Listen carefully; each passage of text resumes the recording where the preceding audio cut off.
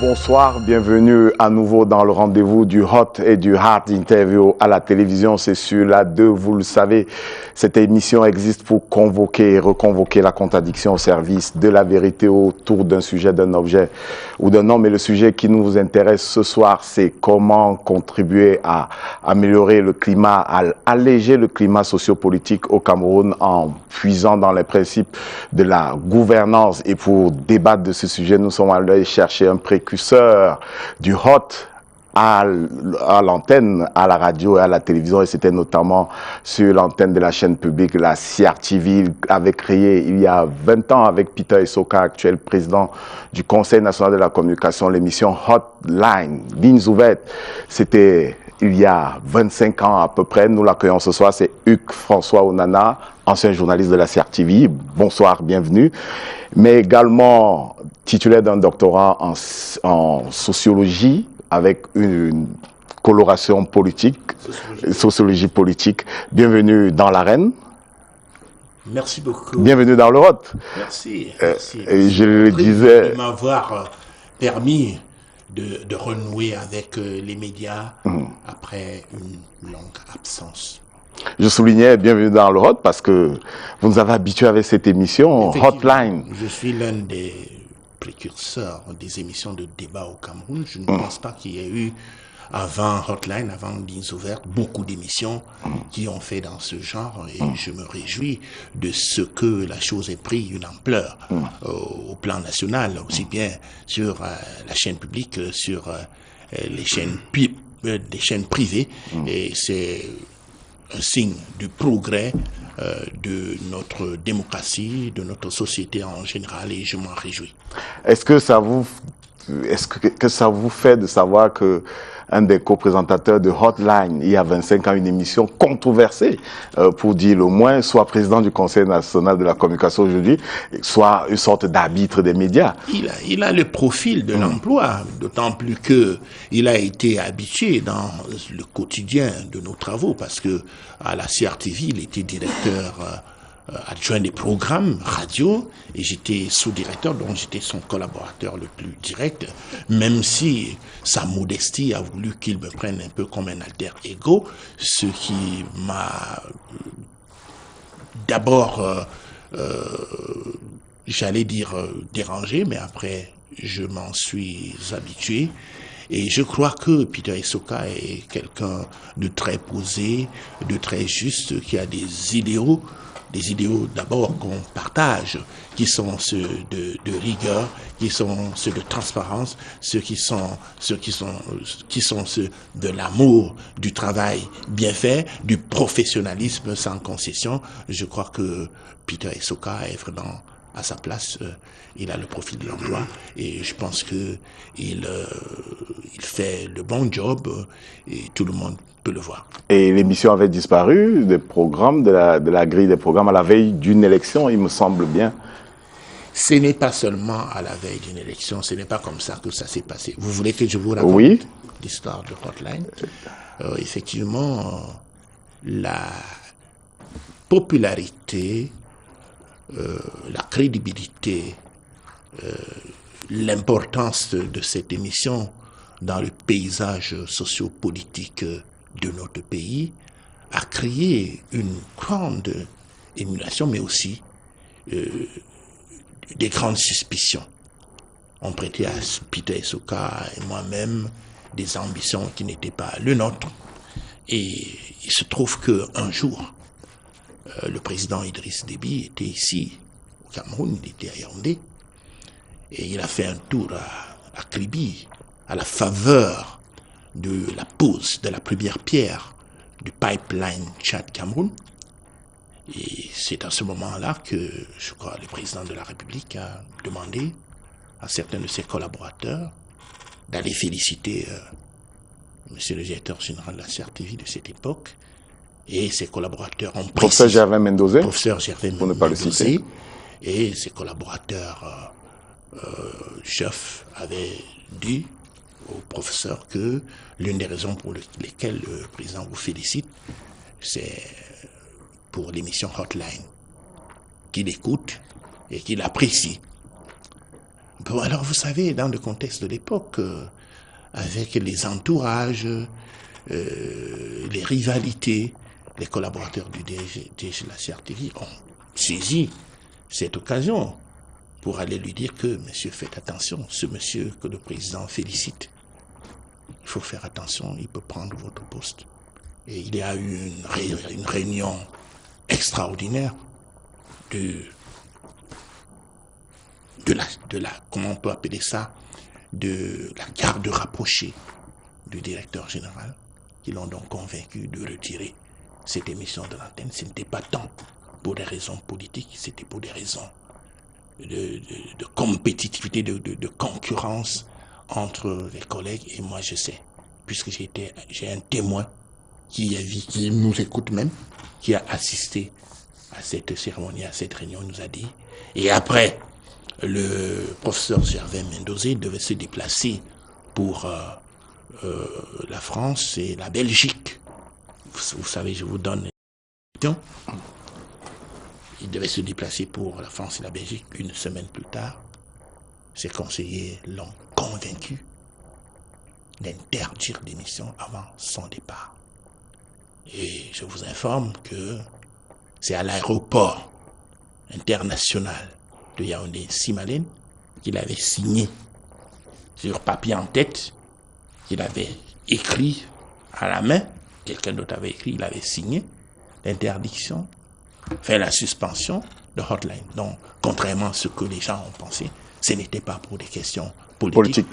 La politique n'a rien à voir. C'était stratégique à la CRTV. C'était stratégique à la CRTV. Et je signale que vous êtes, je l'ai indiqué, vous êtes titulaire d'un doctorat en sociopolitique. En sociologie politique.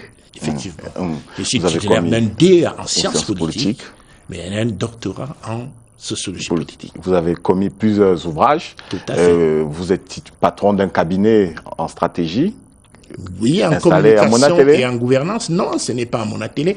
Il faut faire très très attention lorsqu'on donne des informations. Et moi, par hygiène intellectuelle, je ne lis pas certaines publications, je n'écoute pas, je ne vais pas dans certains réseaux sociaux. Vous savez que les gens n'ont pas toujours les informations qu'il faut, ils ne vont pas puiser à la source, comme on nous l'a appris à l'école de journalisme. J'aurai l'occasion peut-être de rectifier certains jours si on me pose la question, mais je sais que ce que vous dites est approximatif. Mon cabinet est installé à Yaoundé, il a pignon sur rue à Yaoundé. Mon cabinet n'a jamais été à Monatélé. Alors, quand quelqu'un écrit ou dit que mon cabinet est à Monatélé, il faut bien savoir où est-ce qu'il a vu ça, qui lui a dit ça. Mais si vous voulez profiter de notre antenne pour corriger cela, ce serait pas mal non plus parce que le cabinet d'études et conseils en communication et gouvernance se trouve en face du Fonds national de l'emploi, au quartier Fouda. Fouda. L'agence du centre. Oui. L'agence du centre, pas la direction générale. Du centre. Parce que la direction générale est allée ailleurs. Par contre, vous êtes conseiller municipal à Monatélé. Je suis conseiller municipal. La presse ne se trompe pas? Non, elle ne se trompe pas. Je suis conseiller municipal, RDPC, je l'assume. Et je fais un peu de politique. Je fais pas beaucoup de politique, j'en fais un peu. Mais je crois que participer à l'effort national de progrès et surtout essayer de contribuer à la base, à faire évoluer notre société, c'est un objectif que je considère comme l'un des objectifs de ma vie. Lorsque je peux faire disons reprofiler une piste à Monatélé, lorsque je peux donner ou bien contribuer à donner un forage ou à électrifier un ou deux villages, je crois que c'est l'un des plus grands plaisirs que j'éprouve en tant qu'homme, puisque moi, je considère que j'ai fait ce que la nature et ce que Dieu m'a permis de faire, et maintenant je suis au service de mon pays, au service des autres, et même au service des plus démunis, au service de la population, mais regardez votre au parcours, service du peuple. On est bien étonné que vous estimiez que vous faites seulement un peu de politique, puisqu'en 2002 déjà vous challengiez Yébé Lobogo dans la Léquier, à la présidence de la grande section de la Léquier. Vous étiez challenger malheureux, vous étiez effectivement, candidat malheureux. En 2008, on vous a retrouvé face à l'actuel maire. Et puis, vous étiez candidat en 2013 dans la liste qui a été élue, puisque vous êtes conseiller municipal. 18 ans de combat politique, et vous estimez que c'est faire un peu de la politique? Oui, je dis que c'est un peu, parce que de toute façon, vous savez qu'il y en a qui n'ont pas eu ce parcours et qui sont candidats à l'élection présidentielle et qui ont d'autres ambitions. Mais moi, je crois que je suis encore inexpérimenté pour certaines choses. Je dois encore apprendre, je dois encore regarder comment les autres font avant peut-être de faire la grande politique, si Dieu me prête vie. Alors, je signale pour les ouvrages que celui qui retient le plus notre attention ce soir, en raison de la connexion avec le thème inscrit à l'ordre de notre discussion, c'est pratique de la gouvernance au Cameroun entre désétatisation et démocratisation, préface du professeur Pondi. Oui. Bienvenue encore dans l'arène. Nous avons parcouru avec vous les éléments saillants de votre biographie, en tout cas vu sous le prisme ou à travers le prisme de la thématique retenue ce soir. Je reçois les confrères conviés pour mener avec moi la partie interview. Léopold Daci, bonsoir. Bonsoir. Vous êtes en service au service politique du Messager, le quotidien Le Messager. Bienvenue. Merci d'avoir accepté notre invitation. Christian Touake. Eric Boniface. Boniface Touake, bonsoir, bienvenue dans l'arène. Vous êtes chef des chaînes de radio Tiemeni Siantou. Merci d'avoir accepté une fois de plus notre invitation. Je signalais dans le journal il y a un instant, Ramani sera là ce soir pour mener le duel avec notre invité, et l'arène ce sera vers la fin, toujours Alain Gizankanga pour la synthèse des préférences. C'est dans une quinzaine de minutes avec Raksha Basek Yedna, puisque le décor est campé. Je vous propose de traverser la première station de cette émission.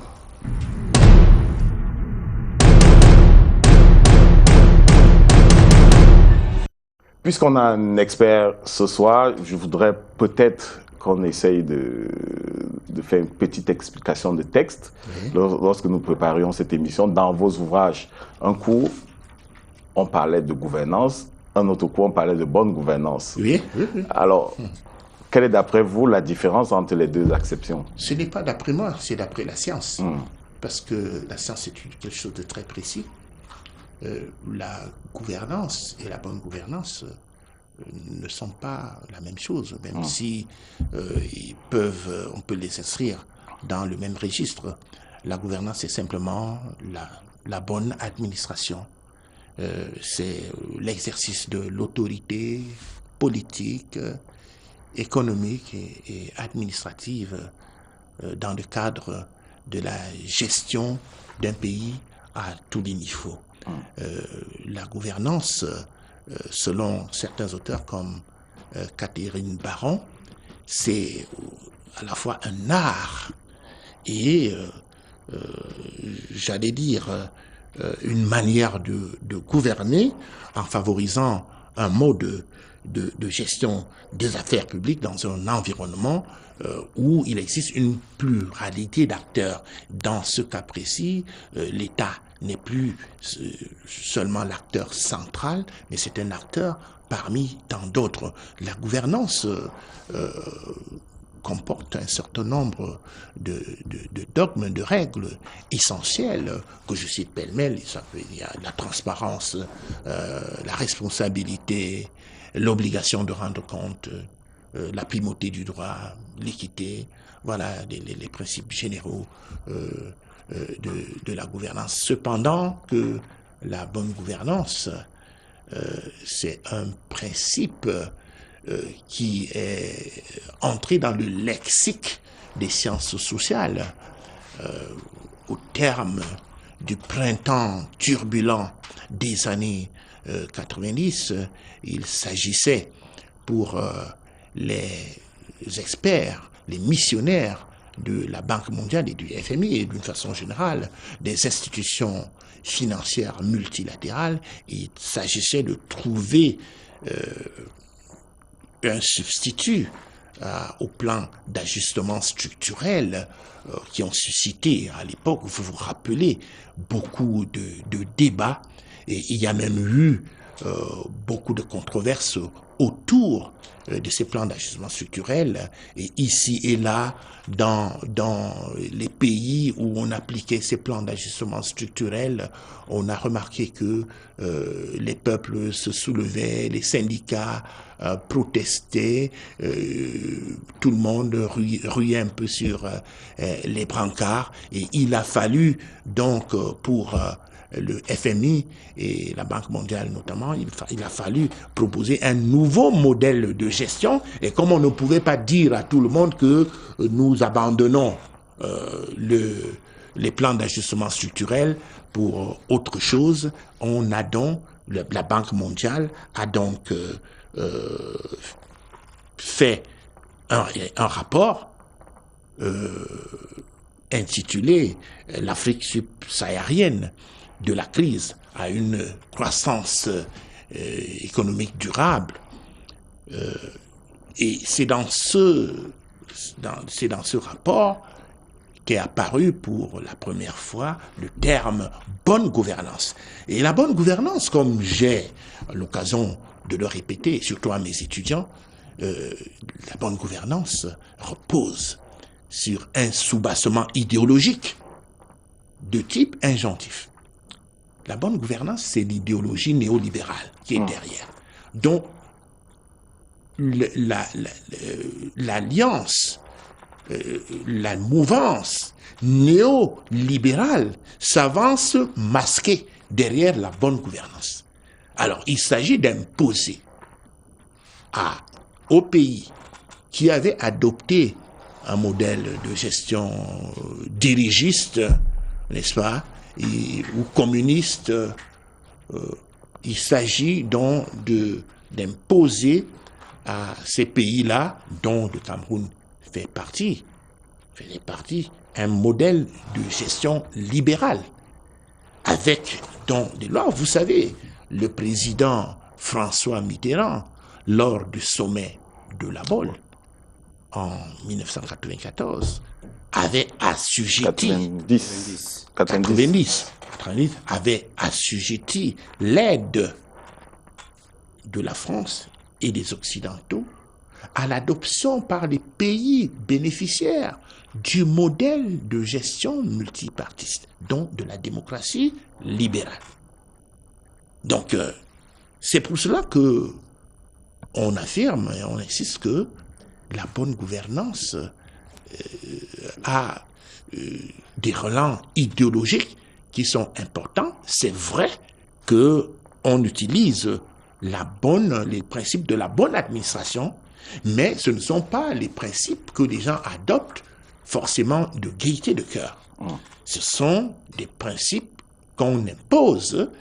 Et je parlais tout à l'heure du président François Mitterrand, je devrais parler aussi des autres dirigeants du monde, ainsi que des institutions financières multilatérales. Je risquerais de faire de l'axiologie, oui. Mais j'ai envie de vous demander quelle est, d'après vous, la formule qui aurait plus de valeur.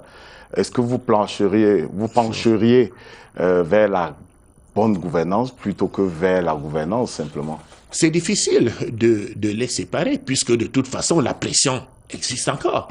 La définition de la gouvernance, elle ne change pas. C'est la bonne administration. Il y a les principes qui sont connus. Mais vous prenez les distances avec la bonne gouvernance. Non, la bonne gouvernance, non, je précise seulement que la bonne gouvernance n'est pas née de génération spontanée. Elle n'est pas née comme ça. Elle découle de l'existence d'un contexte politique. J'ai parlé du printemps turbulent des années 90, lorsque il est apparu que la superpuissance américaine a vaincu la superpuissance soviétique sur le terrain de la politique. Il était donc en même temps idoine que l'échec des politiques d'ajustement, disons l'échec, le démantèlement de l'Union soviétique, la chute du mur de Berlin, n'est-ce pas, et la chute des démocraties populaires, il était de bon temps que tout ceci s'accompagna de, n'est-ce pas, de la mise en pratique du nouveau modèle de gestion qu'est la gouvernance, et que cette mise en place de ce nouvel modèle de gestion consacre effectivement la victoire du capitalisme sur le communisme. C'est vrai que moi j'ai eu l'occasion en 2012, lorsque votre livre est sorti, en réalité vos thèses de doctorat, c'est ce qui est écrit. Il faut le dire mieux. Voilà. Je vous suggère de lire ça mieux. Ce n'est pas la rédaction de ma thèse de doctorat. C'est le matériau. Ma thèse de doctorat a servi de matériau. Donc, je ne me suis pas limité à cette thèse de doctorat. Ma thèse de doctorat est la matière principale que j'ai enrichie. Nous sommes tout à fait d'accord si vous voulez que nous retenons cette expression. Mais lorsque vous avez insisté, parce que je dois préciser que dans cet ouvrage, vous insistez notamment sur les deux notions, gouvernance d'un côté et bonne gouvernance. Mais à la fin, est-ce qu'on ne se rend pas compte que vous tentez d'absoudre les responsabilités de ceux-là qui dirigeaient ces États ou qui dirigeaient le Cameroun? Ça n'a jamais été... Parce que lorsque vous présentez la bonne gouvernance comme une sorte d'injonction, oui, vous n'insistez pas sur la responsabilité dans l'ouvrage de ceux qui ont conduit la gouvernance, si on reprend votre terme, non pas au bien-être des populations, mais plutôt à leur mal-être. Non, je ne peux pas dire ça comme ça. Parce que vous n'insistez pas. Vous savez, vous dites que je n'insiste pas. Sur leur propre responsabilité. Vous savez que j'ai l'ouvrage ici. J'insiste. L'ouvrage est là. J'insiste sur ça. J'insiste. De toute façon, l'objet n'était pas de criminaliser qui que ce soit. Parce que la science, c'est la science. On ne peut pas les absoudre, n'est-ce pas? Ils ne sont pas absous. Nous avons dit que c'était des monopoles, des régimes parfois totalitaires, dictatoriaux comme on dit, mais en tout cas des régimes monopartisans, où il n'y avait pas toute la liberté requise dans le cadre de la gouvernance ou de la bonne gouvernance. Réfractaires à la bonne gouvernance, oui, il faut peut-être le dire. Oui, c'était des régimes réfractaires à la bonne gouvernance. Des régimes. Pour le cas du Cameroun, c'est le même régime qui est en place depuis 90. Non, vous savez que en analysant de manière froide la situation au Cameroun, on ne peut pas assimiler le Cameroun à tous les autres pays, parce qu'il y a quand même eu un effort au Cameroun. Vous avez lu... Un effort dans quel sens? Un effort de démocratisation. Et il est prouvé... Et ailleurs, c'est quoi? Pardon? Vous parlez de quel autre pays? Quand vous dites le Cameroun par rapport aux autres pays, vous parlez du Gabon, du Bénin, du Sénégal? Beaucoup de pays. Qu'est-ce que le Bénin, par exemple? Le Bénin, c'est un exemple d'alternance. Mais après? Oui, bien sûr, mais après la période à laquelle on fait référence, là je conviens avec vous, c'est après la période à laquelle on fait référence que le Bénin est devenu un modèle, et j'en conviens. Et je le souligne. Le Sénégal, c'est un modèle de rédition, effectivement, de respect de la loi, de respect scrupuleux des lois qu'on s'est prescrites. Oui. Oui. Le Sénégal, c'est un modèle. Donc, je veux simplement dire que le Cameroun ne peut pas être cité. Je ne peux pas dire comme exemple. Que je ne peux pas, moi non plus, je ne peux pas dire que le Cameroun soit un modèle. Mais le Cameroun ne se porte pas si mal que ça en matière de démocratie. Ne se porte pas si mal que ça, devrais-je dire, puisque malgré... Mais vous savez qu'au Cameroun, la personnalité arrivée deuxième à la dernière élection présidentielle est en prison après des activités politiques. Pas pour avoir détourné de l'argent ou pour être poursuivi par un voisin, mais pour des activités politiques. On est bien au Cameroun. Il faut faire attention à ce que nous faisons, nous, les Camerounais, même nous les politiciens. Et vous savez, pour qualifier les actes posés par le professeur Kamto, si vous êtes... moi, je ne suis pas procureur. Mais si vous qualifiez... Vous êtes analyste, c'est à ce titre que nous avons ça, invité. N'est-ce pas? On peut parler de l'insurrection. Mais c'est déjà qualifié, il y en a 8 chefs d'accusation. S'il vous plaît. On peut qualifier d'insurrection et même de tentative de renversement d'un régime établi. Ah, les mains nues. Oui, non, mais les mains nues, bien sûr, on renverse les régimes. Ça ressemble un peu. Ça ressemble un peu au procès. Ça ressemble un peu au procès. Le hold-up. Ça ressemble un peu au procès Monseigneur Ndongmo. On disait que c'est les anges qui allaient renverser le pouvoir. On n'est pas loin de là. Non, vous savez, si les Camerounais étaient naïfs, si les institutions étaient à la solde de certaines forces de l'ombre, ce serait réalisé. Mais Monsieur Kamto, c'est le professeur Kamto, que je considère beaucoup, que je respecte. Je veux même dire que vous citez dans votre livre. Que je sais, c'est même un ami. Voulez-vous que je vous dise? Professeur Kamto, c'est un aîné que moi j'apprécie. Mais j'étais vraiment surpris qu'un intellectuel de son niveau, un professeur, un maître de son acabit puisse faire ce qu'il a fait. Moi, je ne pourrais pas le faire.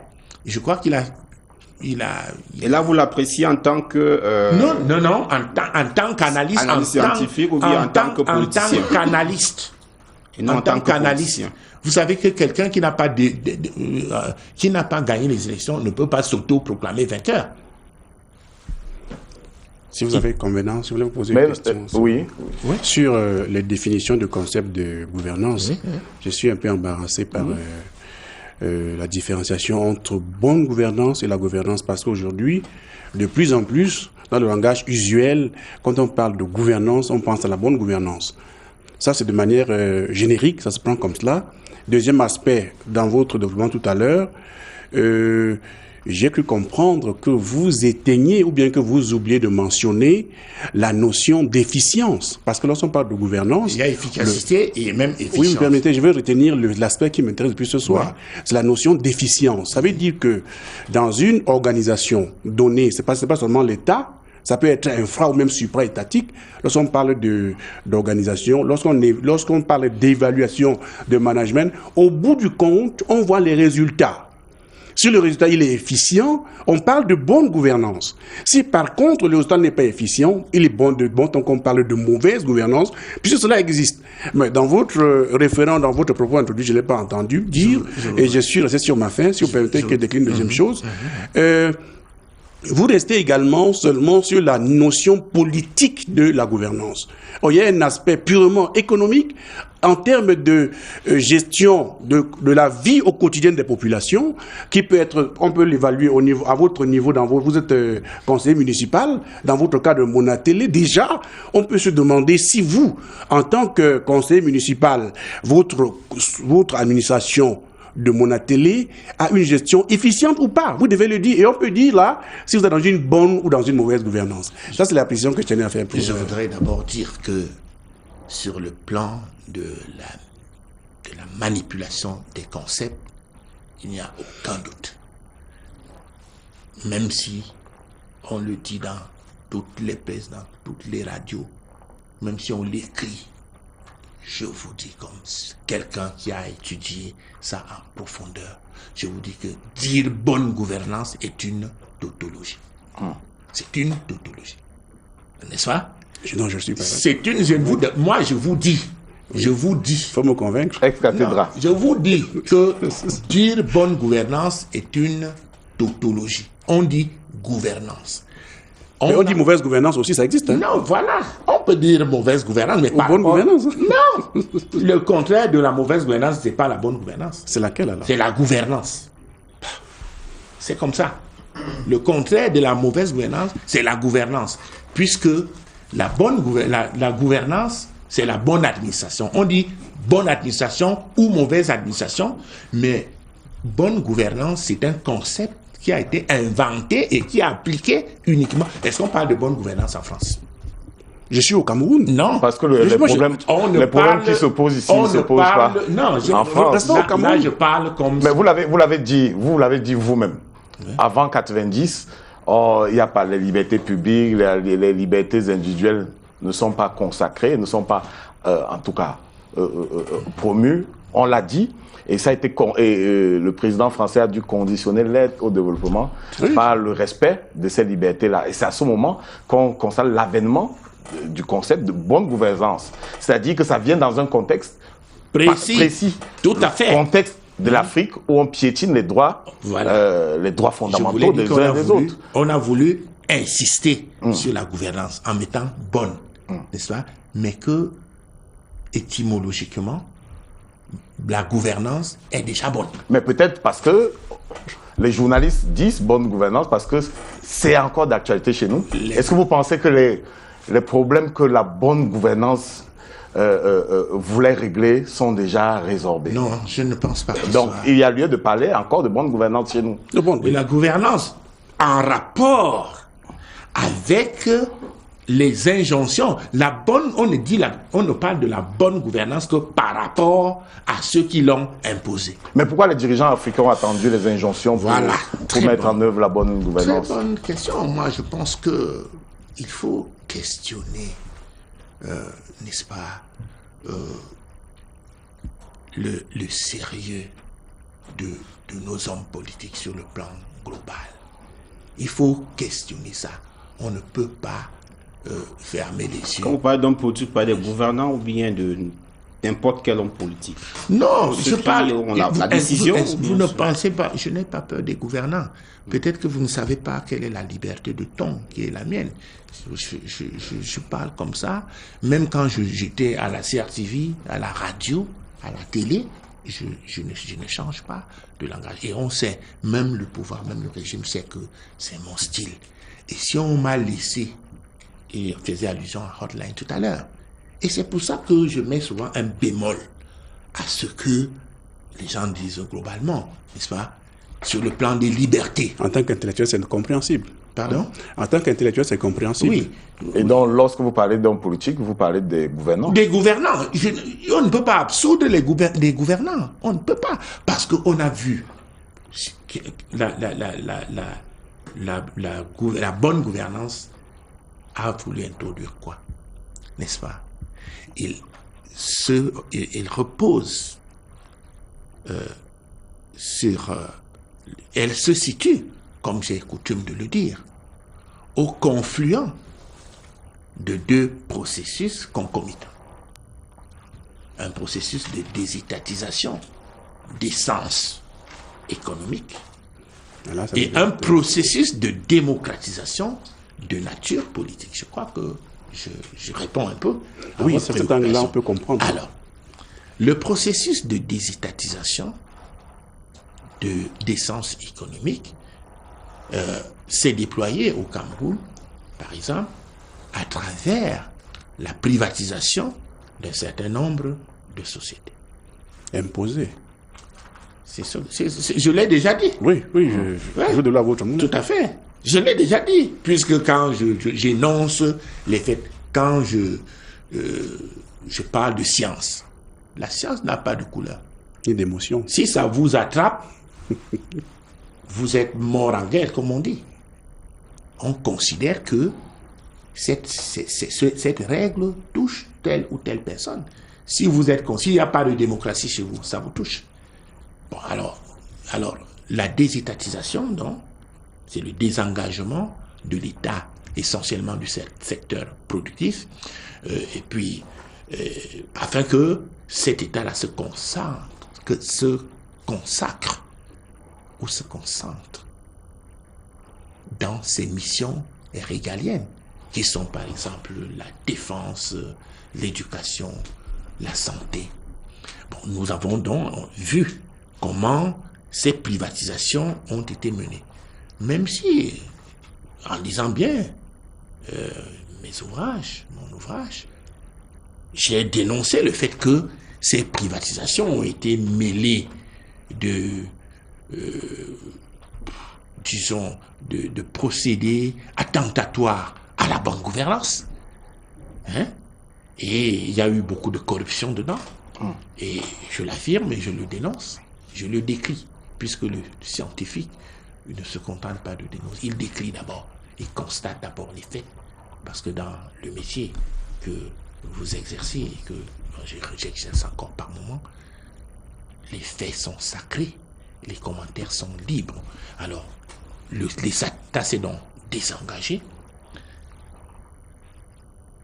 d'une façon globale des sociétés d'économie mixte et des sociétés d'État, même si par la suite on est revenu un peu, mais tel que ces privatisations se sont opérées, vous voyez par exemple le cas plutôt de la SONEL ou de la SNEC.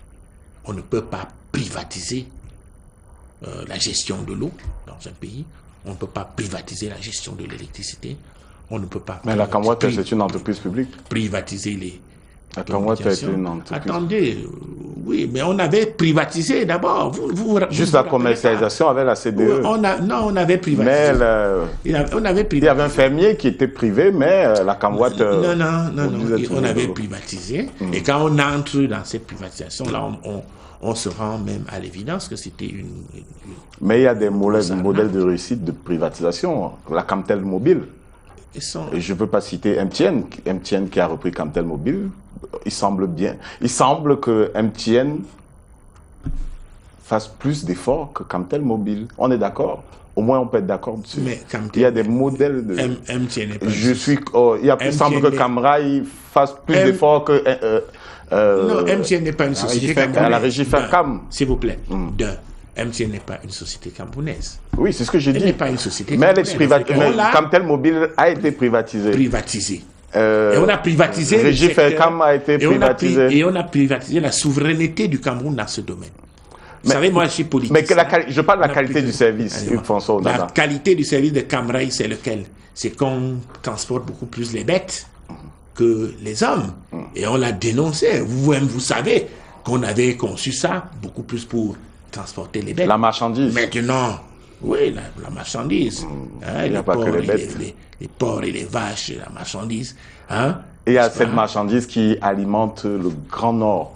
Vous savez quels sont les besoins Oui, mais il y a aussi les besoins de transport. De vivre. On n'aurait jamais dû privatiser ça. On n'aurait jamais dû privatiser même la SOTUC. Moi, je l'avais dit à l'époque à celui qui était ministre des Transports. Je lui avais dit, moi-même, je ne lui avais pas envoyé un télégramme ou un message. Mais la SOTUC, ce n'était pas la privatisation, la SOTUC, c'était la faillite. Attention, qui a abouti à quoi? Mais c'était la faillite de l'État. C'est l'État qui avait la SOTUC en main pendant la Justement, est-ce que vous n'indexez pas davantage les politiques qui ont conduit à la privatisation plutôt que de vous intéresser à l'état de la situation réelle de ces structures à cette période-là, l'état de fonctionnement? Mais on a assez de les indexer, on les a indexés, ils ont mal géré. Ça a été mal géré. Est-ce qu'on peut dire... Est-ce qu'il y avait une autre solution à l'époque? Non, il y avait une solution d'imposer la bonne gestion, la gouvernance. Qui va imposer la bonne gestion et comment? L'État. On a le modifié l'ADN. Si vous me permettez. J'ai des difficultés. Oui. J'aimerais que vous m'éclairez là-dessus. Je veux vous éclairer. Vous dites que avec le vent d'Est en 90, il s'en est suivi les privatisations, et vous avez appelé cela la bonne gouvernance, puisque cela a été imposé par les institutions de Bretton Woods. Vous l'avez dit. C'est pas moi qui... Bon, la science le dit selon... C'est pas moi. Bon, d'accord, c'est ainsi. Hein? Disons que c'est ainsi. Le rapport de la Banque mondiale de 1989 le dit. Utilise bonne gouvernance. Bonne gouvernance. Je reste avec votre assertion. La question qui suit est la suivante.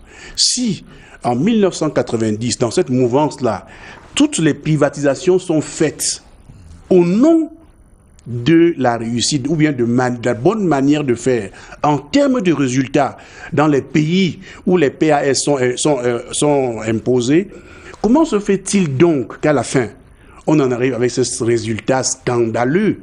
Vous connaissez autant bien que moi les résultats qu'ont produit les plans d'ajustement structurel au Cameroun. Nous sommes entrés dans une régression sans nom. Depuis 80, suivi avec la dévaluation de 94, on peut comprendre qu'aujourd'hui le Cameroun ne s'est relevé un peu. qu'à partir des années 2004-2008. Alors là, je vous pose la question, comment vous l'appelez maintenant à la fin, cette gouvernance-là? Puisqu'au début, vous dites que c'est une bonne gouvernance. Au bout de la chaîne, comment vous l'appelez-vous? Vous savez que lorsqu'on apprécie Oui. la gestion d'un système ou d'un pays, il faut avoir du recul. On a du recul. Il faut regarder les évolutions. En 1990, quelle était la situation de telle ou telle entreprise? Comment a-t-elle évolué? Quelles étaient ses performances? N'est-ce pas? Et tant d'années, 5 années plus tard, est-ce que ces performances se sont améliorées? Dans quelles conditions ces performances se sont améliorées? À quel degré? Donc, tout est dans les rapports. On ne peut pas dire comme ça, à brûle pour point, que ça n'a rien changé ou ça évolue à 100%. On est en train d'observer, mais on se rend compte que dans certaines situations, il aurait même fallu laisser les entreprises telles qu'elles Alors, étaient. justement, je voudrais, avant peut-être qu'on ait cette pause, que vous puissiez quand même admettre que, d'abord pour le public, que la privatisation supposait également l'apport de capitaux nouveaux, c'est-à-dire on donne de l'argent frais qu'on n'a pas. Deuxièmement, l'État n'a pas fait partie à garder des actions dans la plupart de ces structures. Ça veut dire qu'il y a toujours une part de contrôle. Et je peux dire que même si l'État était minoritaire, c'est davantage une minorité de blocage. Oui, moi je pense que vous voulez me faire dire quelque chose qui est dit, mais pas en vos termes. C'est déjà dit, mais ce n'est pas avec les mêmes termes. Parce que moi, j'estime que quand je dis, ça peut avoir des conséquences. À quel niveau? À beaucoup de niveaux. Pour vous-même ou bien pour le pays? Non, même au niveau de la décision. Oui, même au niveau de la décision. Négativement, positivement? Positivement. On va reprendre le fil de l'interview dans 5 minutes, le temps de prendre Raksha Bassek Yedna qui est bien installé pour vos préférences, Hugues-François Onana.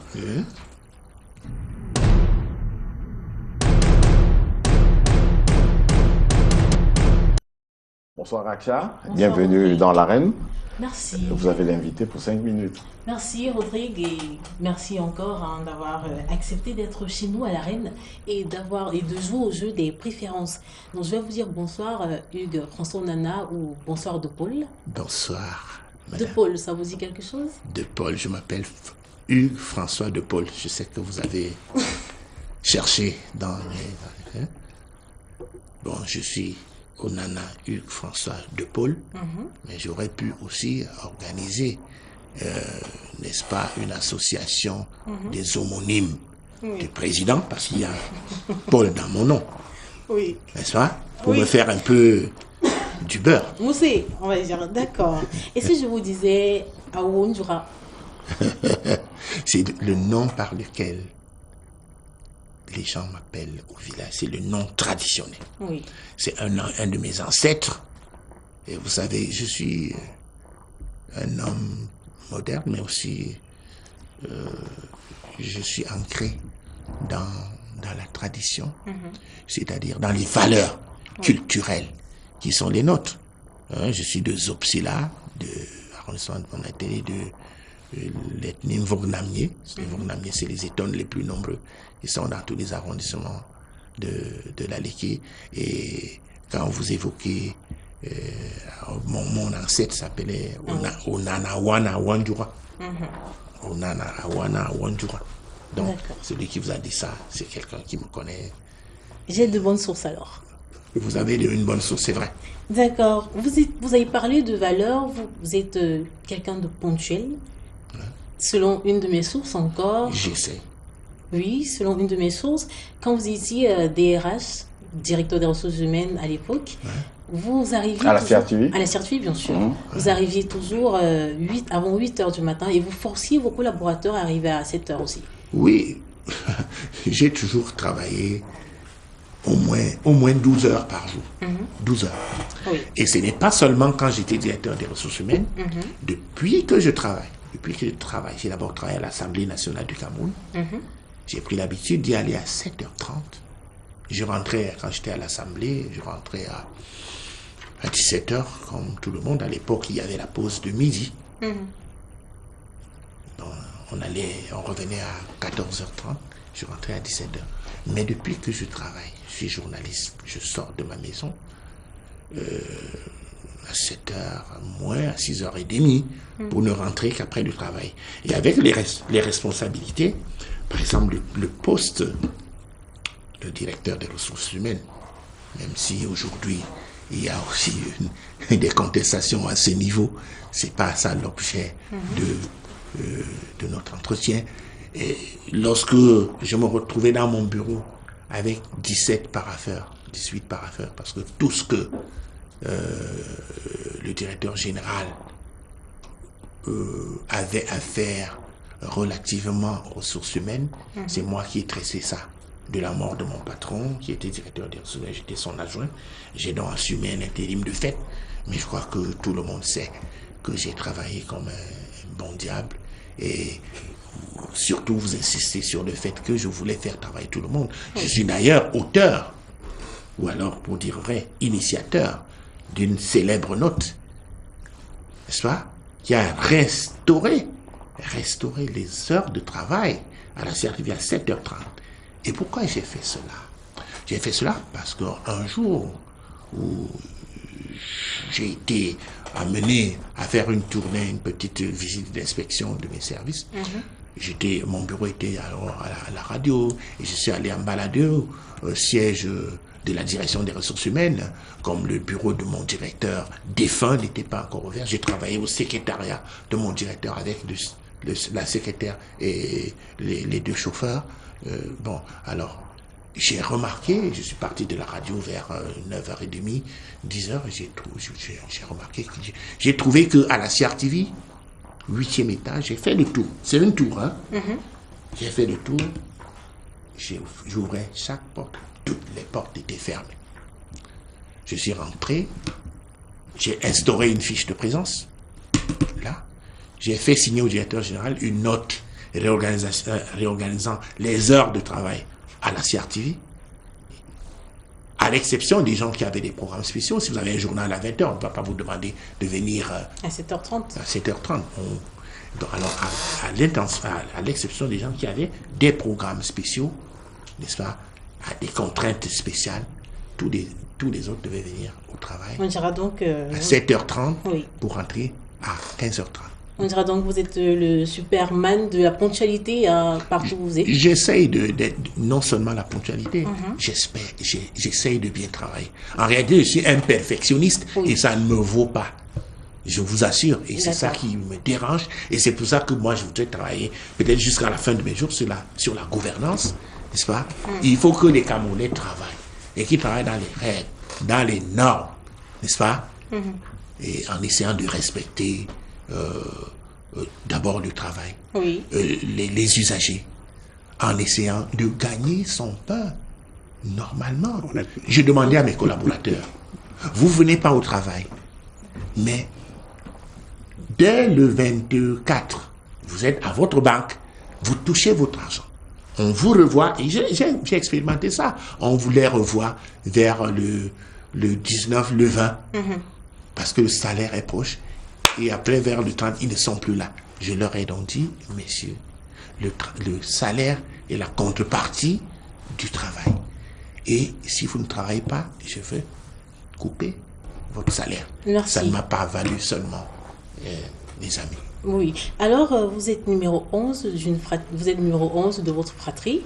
Et moi, je me souviens, quand moi j'étais plus petite, parce que je suis parmi les derniers aussi, quand on servait à manger, les grands frères venaient toujours avant.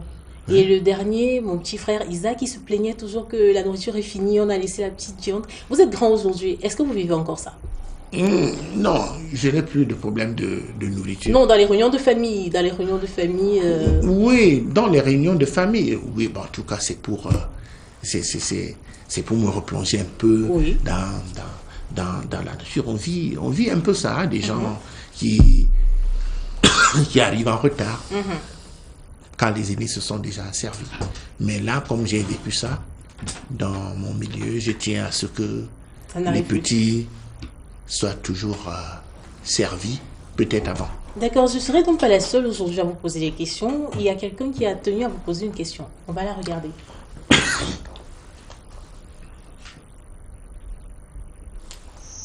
Bonsoir papa, j'espère que tu vas bien. Je sais qu'en ce moment, tu es en plein débat avec tes collègues journalistes de Canal 2. Et les questions doivent fuser de partout. Pour ma part, j'ai une question assez simple à te poser, qui est celle de savoir s'il t'est arrivé de regretter d'avoir choisi le métier de journaliste. Parce qu'à la base, tu étais un très grand passionné de football. Charlie, qui est votre fils, qui vous demande si vous avez regretté d'avoir choisi le métier de journaliste, parce que vous étiez un très grand footballeur à l'époque. Non, merci Charlie. Je ne peux pas regretter d'avoir choisi ce métier, parce que j'ai toujours pensé, je ne sais pas si c'est une ambition démesurée, j'ai toujours pensé apporter une contribution à l'évolution de la société. Et à l'époque, j'avais pensé que le journaliste était un acteur social. Et je pense avoir apporté quelque chose à l'évolution de notre société. J'aime peser sur les faits, même si c'est un petit poids, j'aime apporter quelque chose de plus, dont je ne regrette nullement d'avoir été ça. Mais quand j'étais jeune, je jouais au foot, j'étais sportif, j'étais également, de par mon père, un grand chrétien. Le premier métier, je voulais être prêtre parce que je voulais sauver des âmes. Mais mes dossiers se sont égarés pour faire le concours du séminaire et je n'ai pas pu faire ce concours. Je voulais aussi être professeur d'université, même si dans le système formel, on ne m'a pas admis, mais j'enseigne quand même dans les universités et je peux dire que je fais un peu ce que j'avais prévu faire dans mon absence. Une dernière pour la route, Rodrigue, je sais que mon temps est déjà dépassé. Je vais vous montrer une photo. La régie, si la régie est partante. On va voir une photo, vous allez me dire qui est à côté de vous. Qui est à côté de vous? Ça, c'est mon épouse. Qu'est-ce qu'elle représente pour vous? Oh, elle représente tout pour moi. D'accord. C'est une compagne. Je vais être un peu impolie. Je vais vous demander de le dire devant elle. Alors, je vais demander à madame d'entrer. Parce que c'est la surprise. Très bien. Vous croyez qu'elle était partie, mais non, elle est restée pour vous. Très bien. Donc, elle est là? Bien sûr qu'elle est là, je l'ai fait venir. Très bien. Alors, très bien. On est dans l'arène et ce sont mes préférences. Je pense que c'est la personne la plus préférée de votre vie.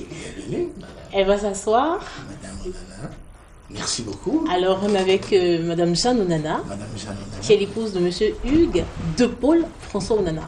Oui. Alors, qu'est-ce qu'elle représente pour vous? Qui vous a laissé un rouge à lèvres sur... Ça vous va très bien. La régie va pour finir, vous poser une lingette pour faire le ménage. Vous savez, je dis toujours aux gens de choisir la femme qu'on aime. Oui. De ne pas avoir de pression pour sa femme. Si j'avais eu des pressions, si ça n'avait pas été mon choix, on ne serait peut-être pas ensemble. On s'entend depuis 28 ans, on est ensemble. Elle me comble le bonheur, elle me fait de bons petits repas, elle m'a fait de très beaux enfants, intelligents, elle tient ma maison fermement, elle m'aide, elle me conseille dans tout ce que j'ai à faire. Parfois quand je m'énerve, elle me dit que non, ne t'énerve pas, parce que parfois vous savez que je suis de nature un peu, elle me dit, monsieur, calme-toi. Et quand elle parle, je me calme. D'accord, je dirais comme vous, quand vous êtes en colère, que je ne parle plus. Parce que j'en ai terminé, Rodrigue. Merci. Merci Raksha, merci pour cette belle préférence. Vous êtes rentré vraiment dans le jardin secret de notre invité. Alors, nous n'allons pas tout à fait sortir du jardin secret. Nous allons essayer de faire un lien entre le jardin secret et la gouvernance, qui est votre dada. Votre nom est revenu à alimenter la chronique mondaine et même les colonnes de journaux, vous n'étiez pas cité comme un modèle de gouvernance. Parce que la presse rapporte, après compte rendu d'audience, au tribunal de première instance, centre administratif du Fundi, que vous avez soudoyé un agent public à hauteur de 8 millions pour un poste de secrétaire d'État ou pour un poste de directeur général ou de directeur de la caisse de stabilisation des prix des hydrocarbures. L'affaire est portée au tribunal. Vous avez officiellement accusé quelqu'un de vous avoir soutiré 7 millions de francs CFA. Est-ce que c'est une bonne pratique de gouvernance d'après vous, Hugues François Onana? Je voudrais d'abord vous dire que je ne désire pas répondre à ces élucubrations. Pourquoi? Parce que l'article auquel vous faites référence, c'est un exemple de ce qu'il ne faut pas faire. Et moi, je suis enseignant, entre autres, de journalisme. C'est-à-dire, qu'est-ce que vous voulez dire? C'est ce que je dis. Il n'y a pas un procès? Laissez-moi vous dire. Pas porté plainte? Je suis en train de dire, puisque j'ai un discours construit, c'est moi qui construis mon discours. Donc, vous ne pouvez pas me dévier de ma trajectoire. Je veux dire, et je le dis, je dis ceci, ce que la presse, ce que quelqu'un a écrit dans la presse, c'est de simples élucubrations, parce que, d'un, la personne, je ne veux pas répondre, hein, je ne veux pas répondre parce que ce jeune homme n'a pas respecté les règles essentielles du métier de journaliste. Jeune homme, c'est qui? Pardon? Jeune homme, c'est qui? L'auteur de l'article. L'auteur de l'article, n'est-ce pas? De cet article, n'est-ce pas? Vous, Rodrigue, vous savez que pour qu'une information soit considérée comme telle, il faut que son auteur réponde aux 5 questions de référence. C'est-à-dire, qui fait quoi, quand, où, et comment. Et pourquoi. Et pourquoi. Et avec quelles conséquences, n'est-ce pas? Quand vous ne réussissez pas à répondre à la première question, à la question qui, l'auteur de l'article a dit que je suis un journaliste de la CRTV, ce qui est faux. L'auteur de l'article a dit que je tenais un cabinet à mon atelier, ce qui est archi faux. La question qu'il a, il n'a pas parlé. Alors, il faut peut-être avoir des coquilles au niveau de l'article. S'il vous plaît, s'il vous plaît. Est-ce que vous pouvez aller dans le fond? Laissez-moi développer, après vous allez me poser la question. Je suis encore sur la pratique du journalisme, parce que, excusez-moi cette déformation, je suis un enseignant. Il y a un problème de temps aussi. Non, il y a beaucoup de questions qui gèrent le temps. Il y a quelqu'un qui gère le temps. Oui. Allez-y. Alors je dis que il n'a pas répondu à la question qui. Donc, je ne peux pas le lire, je ne peux pas lui faire. Je pouvais faire le droit de réponse, mais je ne peux pas faire cet honneur-là. Bref, moi, je ne réponds pas à cette question. On considère que c'était une alerte.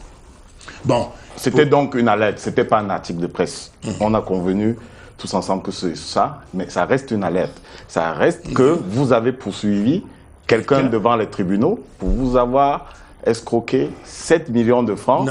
Non, c'est faux. C'est faux. C'était combien? Qu'est-ce qui est faux, le montant? Non, je ne veux pas faire le travail du journaliste. Est-ce que c'est le montant qui est faux? Allez faire l'investigation. Je veux pas faire... Est-ce qu'il n'y a pas eu une audience? Est-ce qu'il n'y a pas eu d'audience le 22 juillet dernier? Il faut aller... Il y avait deux attitudes à avoir, n'est-ce pas? Oui.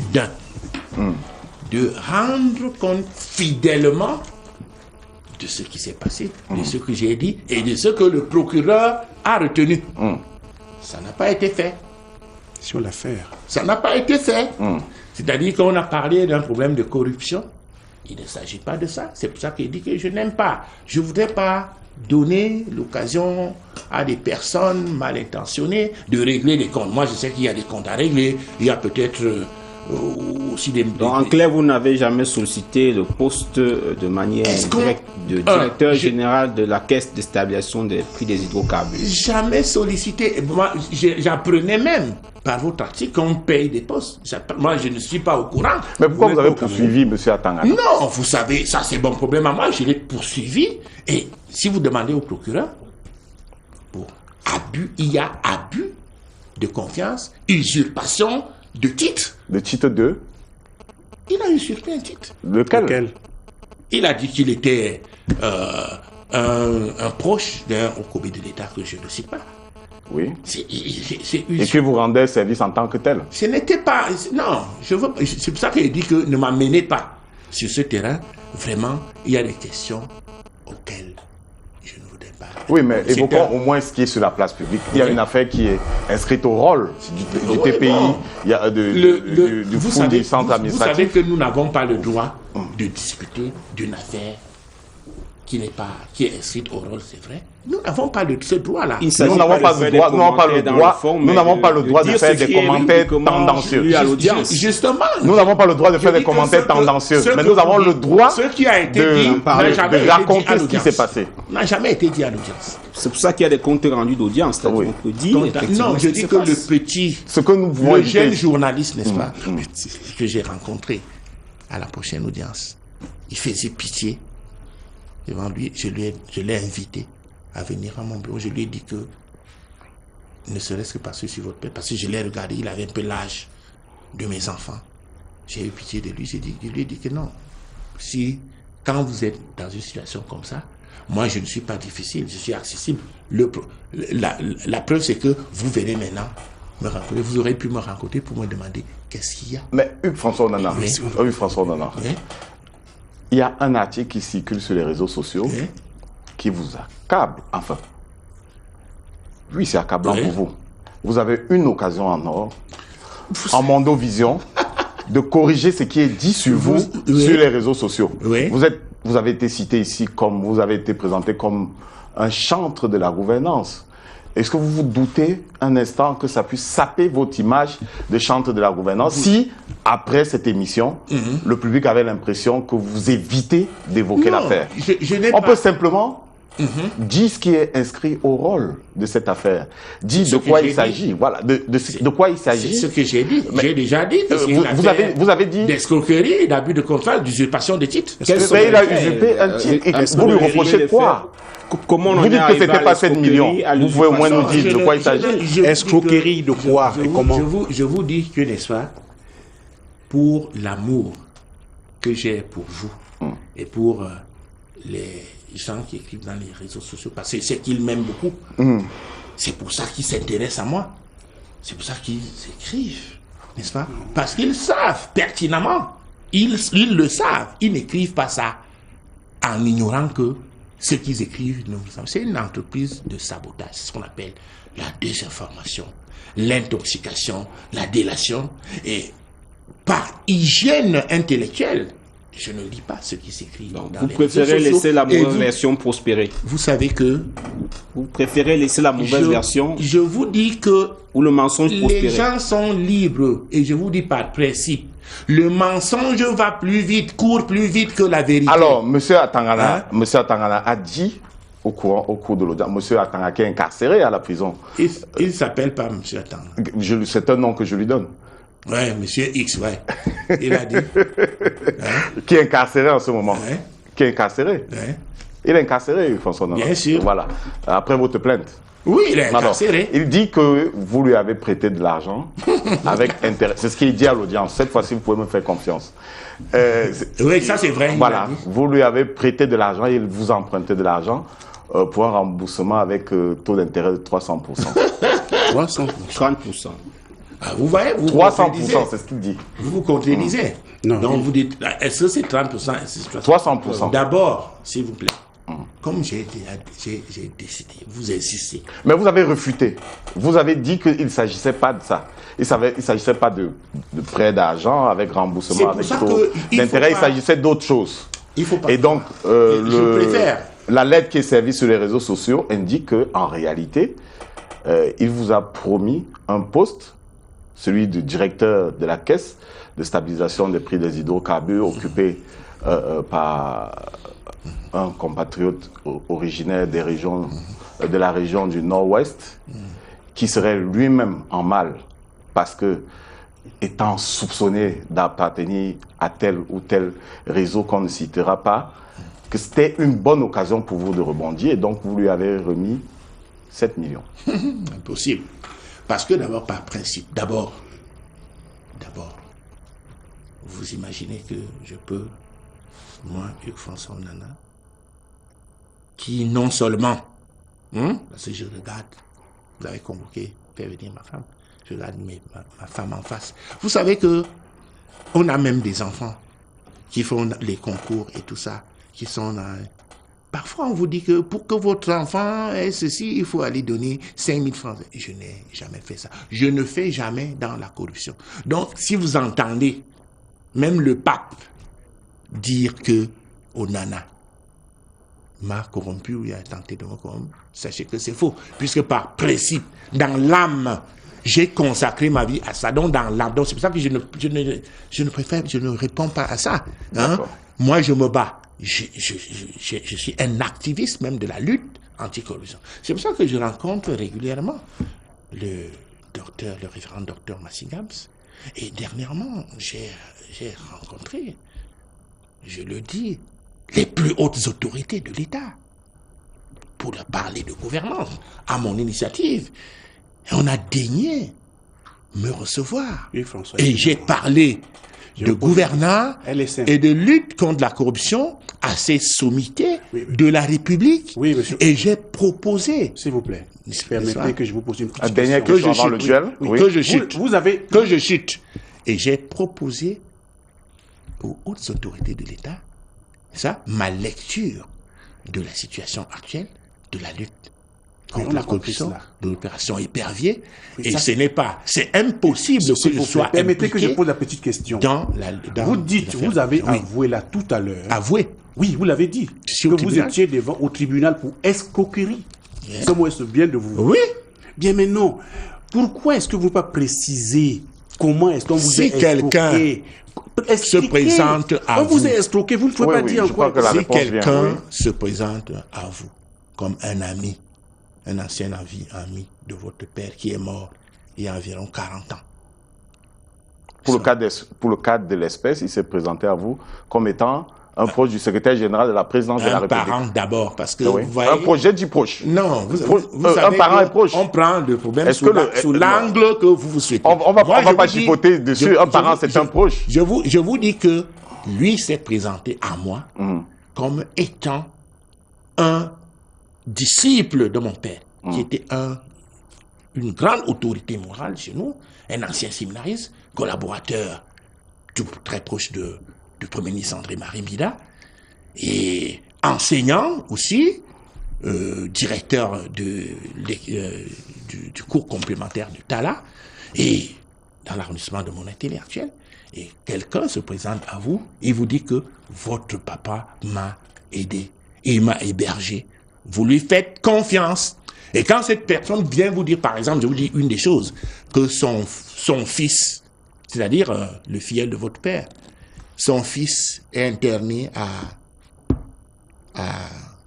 au CHU, on lui fait une dialyse, on lui demande 4 millions de francs, ainsi de suite. Son beau-frère lui a donné 2 millions et tout ça. Quand vous l'aidez, même avec 100 000 francs. Vous lui avez donné 2 millions alors? Je n'ai pas l'obligation de dire. J'ai dit des choses que moi j'ai dit au procureur et que je ne dis pas dans l'arène. Vous comprenez? C'est clair? Et nous respectons cela. Mais la prochaine audience... Oui, mais c'est public. Vous pouvez au moins le dire. Vous pouvez venir. La dernière audience, c'était le 22 juillet. La prochaine? La prochaine, c'est... Vous voulez venir là-bas? Oui. On ne manquera pas. Je vous donne rendez-vous là-bas. Je vous donne rendez-vous là-bas, c'est le 26. 26 août. 26 août au courant de la semaine. C'est le moment de prendre le duel.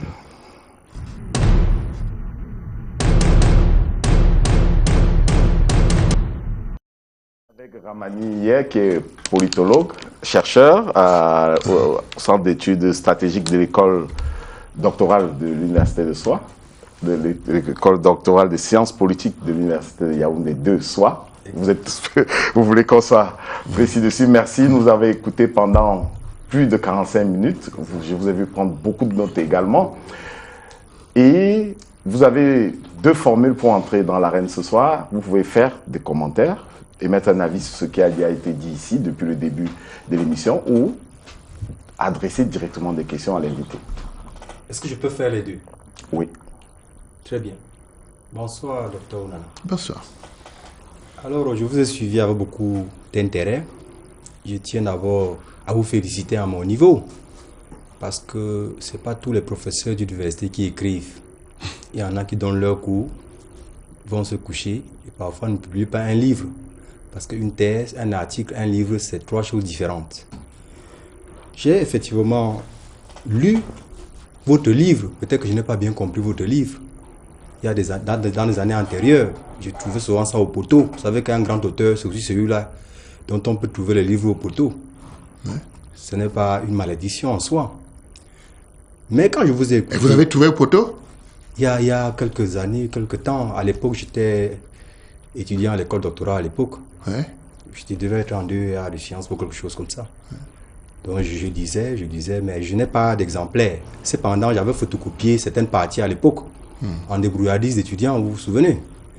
Alors, je vous ai suivi. D'abord, je vais vous poser des questions sur certains concepts que vous avez évoqués d'ailleurs, sur votre livre et même sur votre itinéraire politique si possible.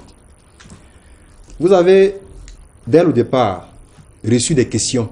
Moi, je vais vous poser des questions simples pour un départ. Si vous répondez aussi brièvement, on va avancer. J'ai reçu des questions. Vous avez reçu des questions des journalistes quand j'étais assis. C'est ça. Donc, j'ai 2 petites questions. Oui. Si vous répondez rapidement aussi, on va avancer. Puisque vous avez dit que vous êtes aussi journaliste, n'est-ce pas? Non, il est journaliste. Il est aussi journaliste. Il n'a pas dit qu'il est... C'est moi qui ai dit qu'il est journaliste. Ah, c'est vous qui Il avez est journaliste, il a, sur le plan de la fonction publique, journaliste principal hors échelle. C'est-à-dire le plafond. Le plafond. En tant que fonctionnaire. Très bien. C'est vrai que je ne sais pas si on évalue un journaliste par rapport à son grade. J'ai dit en tant que... Mais le métier Je veux donner la précision. Hein, oui. Puisque c'est pas ça ma question. c'est les deux. Non, il faut... On est à la télé. Hein. Bien sûr. Et on est en direct. Hein. Oui, mais je veux... Non, je clarifie, je suis là pour ça. D'accord. Je suis là pour ça. Oui, seulement bref, parce que quand j'ai des questions... Non, c'est lui. Oui. Lui, Non, c'est une clarification Alors, qui vaut la peine. je dis ceci, n'est-ce pas? Le journaliste, c'est à la fois les références journalistiques qui peuvent être des diplômes, qui peuvent aussi être des actes journalistiques qu'on a posés, des articles et tout ça. Les deux. La finalité étant que je redéfinis ce que c'est, ce qu'il faut avoir quand on est journaliste. Le journalisme est à la fois une science, n'est-ce pas? Une technique et un art. Il faut avoir les 3 pour être journaliste. Ok. D'accord, nous sommes d'accord. Nous sommes d'accord. Voilà. Maintenant, si vous posez une question simple au départ, quelle est la distinction entre une information et une bonne information? C'est le b.a.-ba du journalisme. Je l'ai dit. Une information. Et une bonne information. Une information doit répondre aux critères que je viens de citer. Elle doit répondre aux 5 questions de référence. Qui fait quoi, où, quand, comment et avec quelles conséquences. Oui, la différence entre une information et une bonne information. Une information et une bonne information. Oui, sur cet angle-là, il doit d'abord répondre à une définition. Elle peut être intéressante ou pas intéressante du tout. Je vous prends un exemple. Je vous prends un exemple. Quand un chien mord un homme, c'est une information. N'est-ce pas? Oui. Quand un chien mord un homme, c'est une information. Oui. Mais ce n'est pas une bonne information. Parce que la bonne information, c'est quand un homme mord un chien.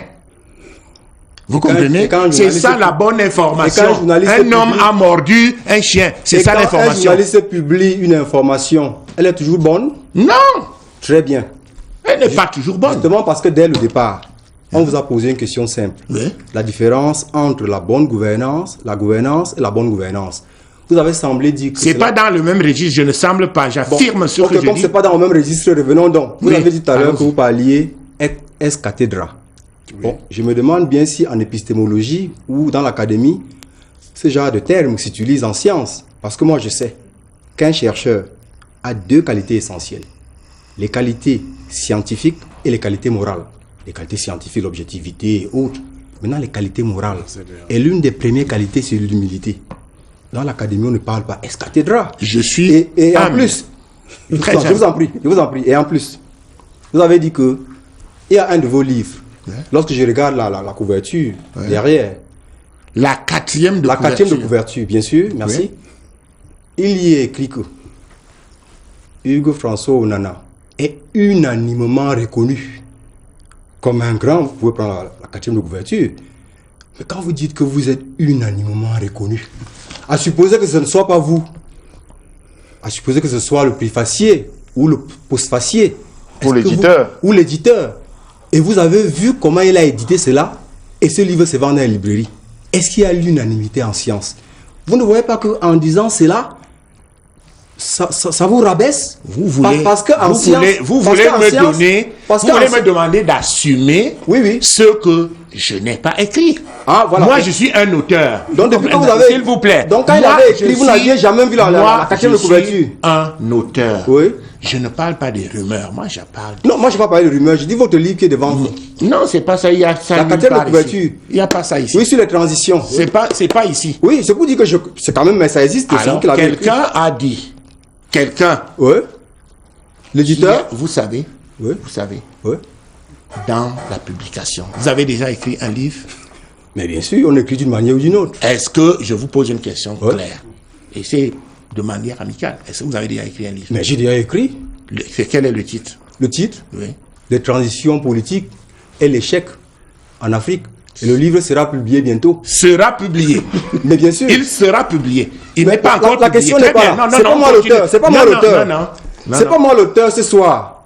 Parce que nous S'il allons vous nous plaît, perdre. s'il vous plaît. Dans tous les cas, vous me dites que c'est pas vous qui avez dit s'il vous plaît. unanime. Non, je veux préciser ma pensée. Oui.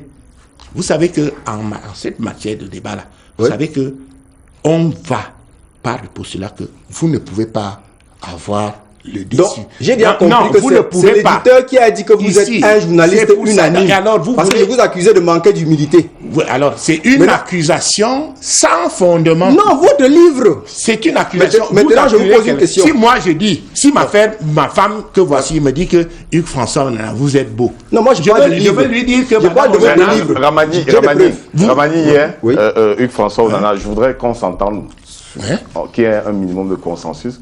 Est-ce que les discours de cortège d'un ouvrage sont les œuvres de l'auteur? Non. Mais Non, je réponds pour lui. Mais Non. il- Non. Ramani? Non. Non, ok. Non, c'est non, Ok, je réponds ben, pour avançons. lui. Ok, d'accord, je comprends donc que Avançons. vous n'êtes pas responsable de ça. Je ne suis pas Parce que responsable. Et puis, c'est ce n'est pas un crime. Parce que si on avait mis, Je n'ai pas dit que si c'est un on crime. avait mis que Hugues François Onana était un médiocre journaliste, vous l'aurez approuvé. Non, pas du mais tout. comme on a dit que Mais vous lisez dans il les est esprits. unanimement, hein, vous Revenons dites maintenant- que c'est revenons pas maintenant bon. au conseil Oui, de oui, gouvernance. oui, on peut avancer. Il y a d'abord le conseil de gouvernance. Ouais. Puisque vous avez vous-même compris que gouvernance et bonne gouvernance, c'est deux choses distinctes. Vous avez dit que vous parlez ex cathedra. Certainement, vous avez fait. Vous exagérez, je n'ai jamais utilisé le terme. C'est le mot, c'est moi qui. Je n'ai jamais. C'est moi utilisé qui ce ai mot-là. dit qu'il parlait ex cathedra. Hein? Ok. Mais je, Il a dit- mais c'est quand vrai même, qu'il je n'a dois pas, dire- c'est vrai qu'il n'a pas Mais contesté. je dois dire, mais c'est moi qui l'ai dit. je dois dire pour vous satisfaire que, n'est-ce pas, Je n'ai pas encore posé la ce question. que je dis, n'est-ce Ouais. pas, vous allez me poser cette question en Vous répondez dans en quelle tenant question compte maintenant, de oui. ça, Oui. en tenant compte de ce que je peux revendiquer un certain nombre de choses, même si je ne revendique pas, c'est connu que je donne des cours de gouvernance. Oui, mais Je donne des cours pas un problème. de gouvernance. Je n'en disconviens n'est-ce pas. Voilà. Une Donc, il chose- faut que une je chose. dise que Ramani, ce que Ramani, je je dis, suggère ce que je dis à mes étudiants, il faut qu'ils sachent que je suis allé sur le plateau et j'ai répété Oui, ce que Hugues François je leur Onana, dis. Hugues François Onana, Ramani Pardon, hier, parfois, je comme suggère- journaliste et je parfois comme suggère- enseignant. Je C'est ce suggère que qu'on je fais. quitte l'écume rapidement On l'écume. pour aller vers la lame Voilà. de fond. Alors, voilà. Oui. Donc, il y a la gouvernance, c'est un concept. Oui. Vous avez certainement fait la licence longtemps avant moi. Vous savez, en épistémologie, il y a ce qu'on appelle le changement paradigmatique. Ouais. Il y a même la rupture paradigmatique. Ce Et qui- la rupture épistémologique aussi. J'en ai parlé ici. Non, la rupture épistémologique, c'est le grand ensemble qui regorge le reste. Oui. Ne mélangeons pas les pédales. L'épistémologie et les paradigmes, c'est deux choses distinctes. Allons-y. Alors, professeur ou docteur, la gouvernance a deux aspects. Oui. Il y a la bonne gouvernance et il y a la mal gouvernance. Donc, on ne peut pas dire que Faux. Alors, Je dis que c'est faux. Vous dites faux. Je dis que c'est faux. Non, n'oubliez pas. Je dis que c'est faux. Professeur, n'oubliez pas que nous avons tous appris ces choses. Hein. Vous avez peut-être tous vous avant appris. moi. Peut-être vous Moi, avant je moi. me suis spécialisé dans ça. Moi aussi, je me suis spécialisé. Mais vous êtes un nouveau spécialiste. J'ai fait des... Ah, voilà. Ah, justement, je suis un nouveau spécialiste. Certainement. Justement parce que je viens avec le nouveau paradigme. Oui. On ne fait plus la science aujourd'hui avec votre paradigme de votre époque. Non, donc c'est pas une aujourd'hui, il y a plein d'ouvrages, il y a plein d'articles où on parle de malgouvernance. Parce qu'il y a ce qu'on appelle... Ne confondez pas la malgouvernance. C'est pour ça que je disais dès le départ qu'il y a la bonne information et la mauvaise information. Maintenant, sur le livre... Pensons au public. Non, Ramani, oui. je vous suggère de penser au public. Évidemment. Qui a besoin d'apprendre. Évidemment. Et Alors, je suis là pour ça. j'espère que la différence entre mal-gouvernance, bonne gouvernance et gouvernance in fine, oui, on pourra l'appliquer à la réalité, aux besoins de développement. Ça s'applique de notre même pays. maintenant, oui. Voilà, c'est un peu ce que je... Pour essayer de me rallier à lui, pour lui. Oui. Oui. Je voudrais lui dire, hein, parce que là, vous appelez ça un duel. Moi, je ne peux pas faire un duel avec lui. Je vous dis ceci, n'est-ce pas? Je peux être d'accord qu'il peut y avoir une confusion dans l'esprit des gens, n'est-ce pas? Mais dans l'esprit des scientifiques, Nous sommes tous des dans l'esprit des scientifiques. scientifiques, il n'y a pas de confusion. Vous n'êtes pas le seul scientifique. entre Nous sommes tous gouvernance des chercheurs. et bonne gouvernance. Il y a Vous une suivez? différence nette. Si vous ne pouvez pas débattre avec moi, convainquez-moi par des arguments. C'est ce que j'essaie de Par vous des dire. arguments, oui, parce qu'en science, il n'y a pas d'âge. Et Convainquez-moi c'est par les pour ça arguments que- scientifiques. C'est pour ça que je dis que l'argument D'abord, scientifique, oui, oui. c'est que nulle part, Oui. nulle part, Je vous dis qu'il y a des écrits sur la malgouvernance. Il y en a plein. on ne Alors, parle pas de Vous la pouvez même citer chose. les Hein. auteurs et on avance. La malgouvernance et la bonne gouvernance, c'est la même chose. C'est justement ça qui nous étonne chez vous. La malgouvernance, c'est le contraire C'est- de la gouvernance. C'est pas le ça qui contraire nous de la étonne bonne chez vous. Donc, gouvernance. passons là-dessus. Oui, je Maintenant, vous sur dis. votre ouvrage. Oui. Alors, moi, j'ai été encore surpris. Lorsque je vous lis, quelle différence faites-vous entre le concept de gouvernance et la pratique de gouvernance? La pratique de gouvernance. Oui, le concept de gouvernance et la pratique de gouvernance. Le concept de gouvernance, j'ai essayé de l'étayer ici. Donc, il est arrivé quand? Le concept de gouvernance Est est arrivé. longtemps, ça existe depuis les temps immémoriaux. C'est un concept d'abord de nature économique, le concept de gouvernance. Pourtant, vous avez dit que c'est dans les années C'est le 90 qu'on concept a parlé de de bonne bonne gouvernance. gouvernance en 90. C'est le concept de Bonne bonne gouvernance gouvernance parce en que vous 90. confondez la gouvernance et alors que la... S'il vous plaît. Donc, vous voulez dire qu'il n'y a S'il jamais vous- eu de bonne gouvernance S'il vous sur plaît. cette planète Terre? S'il vous plaît. Non. S'il vous plaît. C'est à vous que je demande de ne pas confondre et de ne pas, Et il de n'y a ne pas aucune perdre confusion. ceux qui La, nous écoutent. la bonne gouvernance Et a parmi ceux qui toujours nous écoutent, existé. il y a mes étudiants. C'est la gouvernance qui a toujours existé. Non, vos étudiants sont vos C'est étudiants. la bonne administration qui a toujours existé. C'est pas Nous la ne sommes bonne pas dans gouvernance. une chapelle. Évoluons. C'est la Évoluons. bonne Oui. administration qui a toujours J'ai dit- existé. Ce oui. n'est pas la bonne La- gouvernance. la- La alors- bonne gouvernance est née en 1980. En tant que concept ou bien en tant que pratique? concept en sciences sociales. Ce qu'on dit, ce que vous voulez dire, n'est-ce pas? Ce que vous voulez dire, c'est que la bonne administration a toujours existé. Voilà. La bonne administration. Oui. Mais la bonne administration s'appelle la gouvernance. Très bien. On La revient bonne donc, administration dans s'appelle l'anthropologie. la gouvernance. Sur le débat sur les mots et les choses. Bien sûr, c'est de ça. Ça qu'il veut s'agit. dire que la chose a toujours existé. La gouvernance a toujours existé. Mais Alors- la bonne gouvernance était, et je précise que c'est un concept Occidental. occidental qui a une connotation Oui. idéologique. Si vous ne comprenez pas que Alors- ce concept a une connotation idéologique, vous n'avez rien compris. Non, d'abord, je ne suis pas d'accord avec vous. Le concept n'est pas seulement idéologique. C'est un concept D'ailleurs, vous savez, hein, d'origine, Professeur, d'origine ce n'est pas ce que idéologique. vous concevez dans votre livre. Vous avez dit que vous vouliez Non, être prêtre. c'est Nous ne sommes pas là pour les dogmes. C'est le résultat. J'ai lu peut-être 400 ouvrages qui ont confirmé Vous savez ce que combien je moi dis. j'ai lu?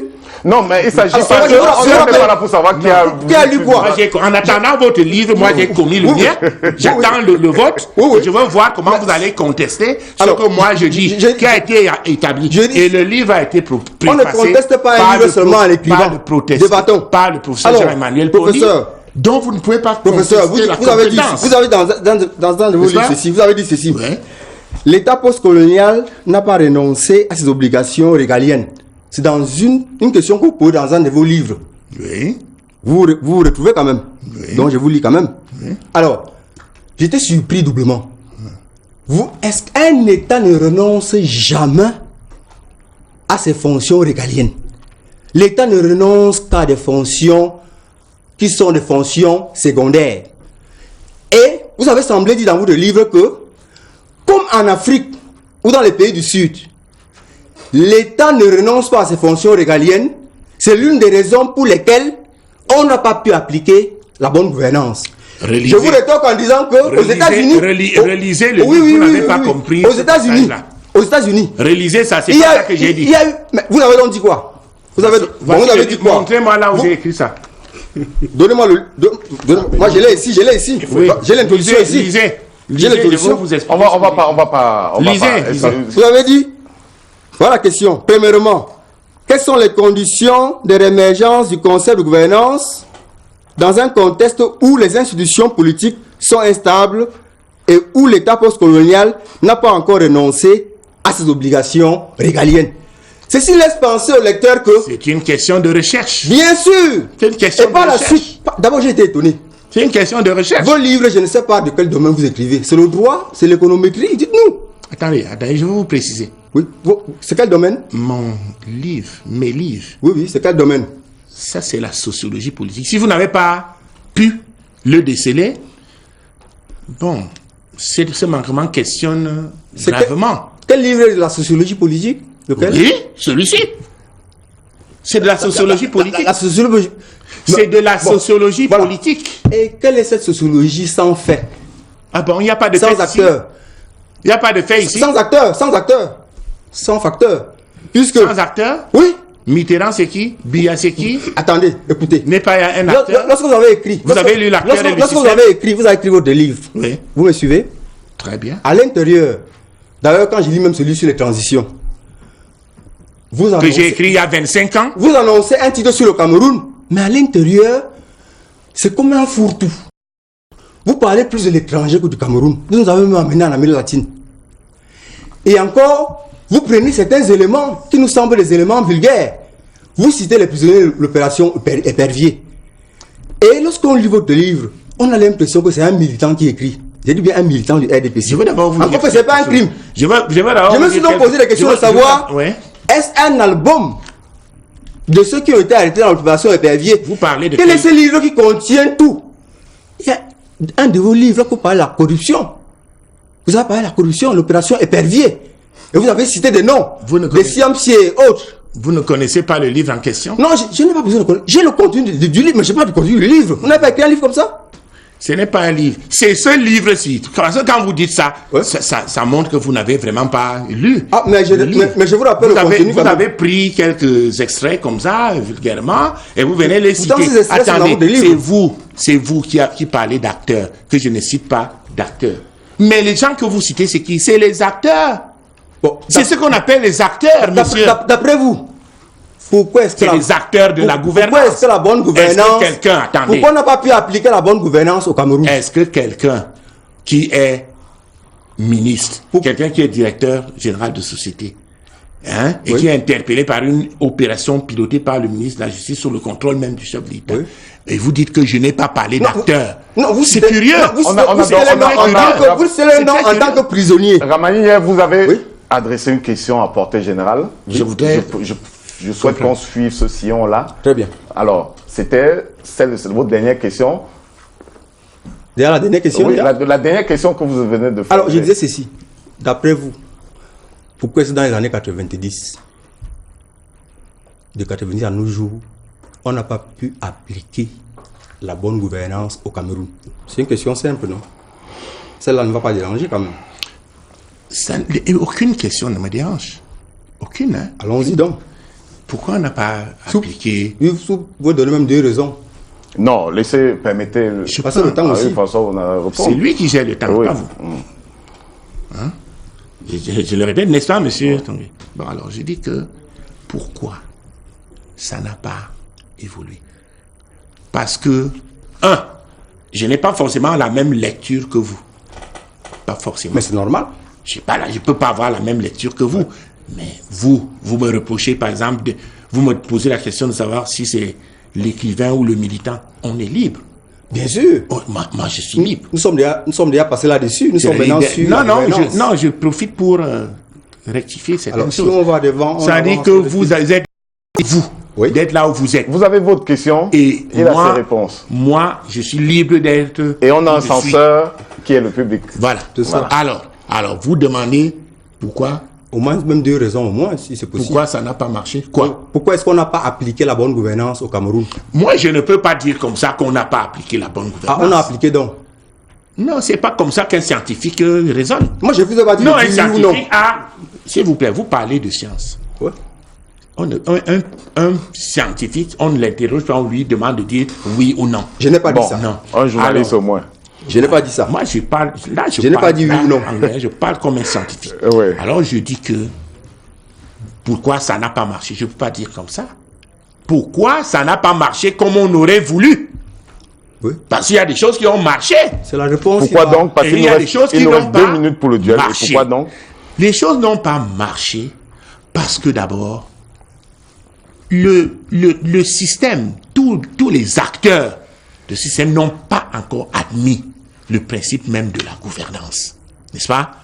Et puis, il y a des intérêts qui se choquent, s'entrechoquent et même s'enchevêtrent dans la gestion des affaires publiques. Tout le monde, même au moment où nous évertuons, moi je m'évertue à écrire des thèses, des mémoires sur la gouvernance. Mais vous savez que personnellement j'ai beaucoup de problèmes de parler de ça dans ce pays parce que beaucoup de gens ne veulent pas de la gouvernance, parce que certains n'ont pas l'esprit patriotique. Pour faire la gouvernance dans un pays, il faut être un patriote. N'est-ce pas? Et nous ne pouvons pas jurer... À quel étage ça coince le plus? Je ne sais pas. Est-ce que c'est le sommet? Est-ce que c'est le... Bon, je crois que même si c'est le rez-de-chaussée. Bon, je ne peux pas... Vous voulez que j'innocente le sommet. Moi, je ne peux jamais dire que le président... Il y a dans la gouvernance la fonction de contrôle. Vous comprenez? Qui est exercé par? Bien sûr, celui qui doit être contrôlé. Oui, vous voulez que je dise que qui? C'est celui qui doit contrôler, Et moi, je n'épargne personne. Je dis que le président de la République, chef de l'État, doit regarder ce qui se passe. Il doit faire 2 choses. Dans le casting des gens qu'il nomme à des responsabilités, il doit enquêter. Et puis même, dans la mise en œuvre de sa politique à lui. Parce que moi, j'ai lu son ouvrage pour le libéralisme communautaire. J'ai essayé de voir comment il agit. Mais j'ai l'impression que l'affaire de la gouvernance peut être son affaire personnelle. C'est pour ça que j'ai dit dans ce livre que la politique de rigueur et de moralisation est une politique préfigurée de la gouvernance. Parce que c'est un peu la gouvernance avant la lettre que lui, il voulait. Maintenant, par la grâce des vents de l'Est et de la pression internationale, on a instauré la bonne gouvernance. Puisque vous voulez que je parle comme ça. On a instauré la bonne gouvernance. N'est-ce pas? Mais je dis que, pourquoi ça n'a pas marché? C'est parce que nous-mêmes, les Camerounais, nous ne voulons pas que ça marche. Et lui, le président, il veut. Bon, je ne peux pas dire que c'est seulement les Camerounais qui ne veulent pas. Mais je dis que lui-même, s'il veut, il faut qu'il se donne les moyens. Et je crois qu'il veut se donner les moyens. Il y a déçu. Alors, je vous prends un exemple. Oui. Il y a une loi sur les entreprises publiques. On est en plein dans la gouvernance. Oui. Il y a une loi, la loi 2017 sur les entreprises publiques qui fixe les délais de mandat des membres des organes sociaux. 3 ans renouvelables 2 fois. 2 fois. C'est-à-dire les membres du conseil d'administration, les DGA et les DG. Il y a des conseils d'administration qui ne se tiennent pas parce que les mandats sont fort clos pour certains membres. Il y en a qui ont perdu la qualité, il y en a qui sont allés à la retraite. Alors que les ministres de tutelle se demandaient comment faire pour que le conseil d'administration se tienne, pour qu'il y ait les quorums. Alors on a lu, à travers les réseaux sociaux, que le président de la République disait tout le monde reste en place. Personne ne bouge, il n'y a que moi qui peut changer. À ce moment-là, est-ce que ce n'est pas la malgouvernance? Moi, je n'ai pas lu ça. Bon, je vous ai exposé la situation. Vous me donnez une information. Moi, si son conseiller, malheureusement que je ne suis pas, je lui dirais d'appliquer les textes que lui-même, il signe.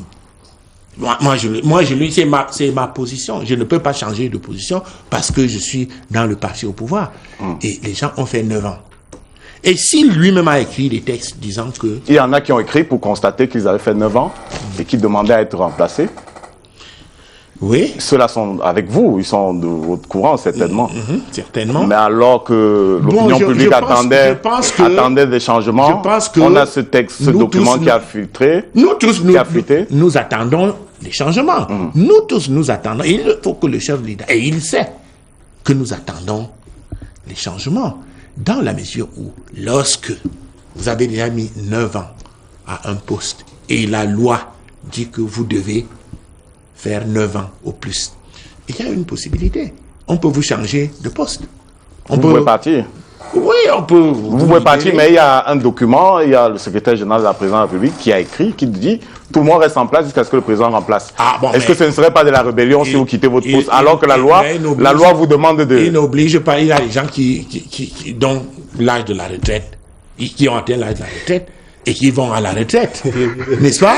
Que les gens ne se réfugient pas derrière ça. Si vous avez atteint 9 ans et que vous estimez que vous avez fait votre temps, et encore que la loi prévoit même des sanctions. Tous les actes que vous posez après les 9 ans sont illégaux. Oui. C'est ça. Moi, si je suis là, je pars. Contre la mesure présidentielle. Docteur, oui. Je suis d'accord avec vous qu'on a instauré la gouvernance, la bonne gouvernance. Il dit bien la bonne gouvernance. Mais cette bonne gouvernance est institutionnelle, elle n'est pas pratique. C'est là où je voudrais qu'on s'entende. C'est pour ça que j'ai dit pratique la gouvernance au Cameroun. Pratique la gouvernance au Cameroun, c'est vrai que dans votre livre, vous ne le démontrez pas certainement. C'est vous ne l'avez pas lu. Voilà, alors vous n'avez pas lu. Vous parlez de pratique la gouvernance au Cameroun, donc de la bonne gouvernance. Elle est donc où? On ne la voit pas. Oh là là. C'est quand elle est pratique. Vous savez ce qu'on appelle il faut bien quitter les concepts pour la pratique. Et vous avez parlé tout à l'heure du sous la boule. C'est un titre, c'est l'approche. C'est un titre, monsieur. La pratique de la gouvernance, ça veut dire comment on pratique la gouvernance. Ce n'est pas la boule qui nous a appris le pluralisme politique. Parce que j'ai lu aussi votre livre. Vous dites que quand il y a eu le discours de la boule, il y a eu des conditionnalités. Et est-ce que c'est faux? C'est vrai. C'est vrai. Est-ce que c'est faux? Voilà. Il n'y a pas eu de conditionnalité. J'achève. Et parmi les conditionnalités, on a dit le pluralisme, n'est-ce pas? Oui. Mais il y a le pluralisme au Cameroun, en Afrique, depuis la période coloniale. Mais regardez donc. Il y avait ce multipartisme depuis. Donc il ne faut plus dire. Vous ne devez plus dire. Parce que dans la recherche, on se tutoie aussi. Monsieur. Vous ne pouvez plus dire que c'est en 1990 avec la boule qu'on a instauré le multipartisme. C'est pas ça que j'ai dit. C'est pas ce que j'ai dit. Lisez, monsieur. Oui. Ça dit que vos réactions, décidément, personne ne comprend vos deux livres. Donc vous avez écrit pour vous-même. Non. Oui. Personne ne comprend vos deux livres. Vous savez ce que la Le multipartisme existe au Cameroun depuis. Vous ne comprenez pas parce que vous n'avez pas lu. Vous n'avez pas lu. Vous avez pris quelques essais. Vous n'avez pas lu. Manifestement. Vous avez dit sur ce plateau que la boule a apporté le multipartisme et le pluralisme. Je ne l'ai pas dit. Vous avez dit la démocratisation et la privatisation. Vous voulez que je répète ce que j'ai dit? Vous êtes décidément dur d'oreille. On va pas Ramani, merci d'être passé par ici. Merci de vous être prêté au jeu. Le jeu de la reine, ça reste un jeu, Hugues François Nana. C'est pas vous, un des concepteurs de Hotline qui allait le bien entendu, merci Ramani. Nous allons, le temps que Alain Gisin Kanga s'installe pour la synthèse, prendre dernière question de nos confrères. Oui. Une à une. Oui. Les questions. Oui. Monsieur, j'allais vous demander, puisque nous parlons de gouvernance au Cameroun, si vous prenez aujourd'hui, est-ce qu'on ne peut pas dire que le problème de fond, c'est la question de la forme de l'État ou de la structuration de notre société? D'après vous, faudrait-il appliquer la décentralisation à outrance? Faudrait-il appliquer le fédéralisme? Peut-être pour que cette gouvernance soit mieux arrive sur le terrain. Merci pour cette question. Vraiment, si je pouvais être utile à quelque chose dans ce débat sur les questions, les problèmes qui se posent dans le pays, je dirais que si on avait respecté les principes de décentralisation, n'est-ce pas, on ne serait même pas arrivé. En réalité, ce que tout le monde demande, ce n'est pas seulement les anglophones. Nous demandons la décentralisation. Moi, j'ai rencontré l'autre jour, quelqu'un qui venait de Kousséri pour venir chercher un acte au ministère, dans un ministère, je ne cite pas lequel.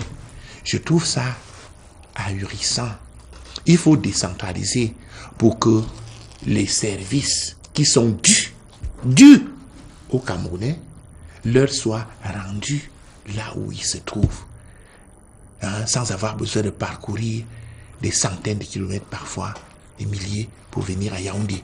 La décentralisation pose quand même aussi un problème, c'est qu'il faut former les gens à la décentralisation. Il faut aller quand même vers la décentralisation et former le personnel habilité à conduire cette politique. Mais c'est ce qu'on disait au moment de l'avènement de l'indépendance. On estimait que l'administration camerounaise n'était pas prête pour prendre la main, pour reprendre la main. Je ne dis pas que c'est qu'on n'est pas prêt pour la décentralisation. En 90, on disait que le personnel politique n'était pas prêt pour le multipartisme, pour le retour du multipartisme. Mais en tout cas... Ma dernière question sera en fait deux questions en une. Non, une seule. Une François Nana, parce que je m'intéresse notamment à la troisième partie du livre. Vous parlez vraiment de démocratie, la démocratisation du Cameroun. Vous affirmez que sur le plan démocratique, le Cameroun a encore beaucoup d'efforts à faire. Je résume, je pourrais même dire plus. Est-ce que vous considérez comme un conseiller municipal mal élu et au regard de ce que vous écrivez, développez notamment dans cette troisième partie, est-ce que vous êtes pas mal à l'aise au RDPC? Est-ce que vous ne dites pas que vous êtes trompé de parti politique? Beaucoup de gens veulent me sortir du RDPC. C'est un choix. Mais je crois qu'il faut être avec des gens pour leur parler. Est-ce que vous considérez comme un élu illégitime puisque je suis un élu légitime les conditions puisque les gens qui m'ont élu au Cameroun sont fiers de moi.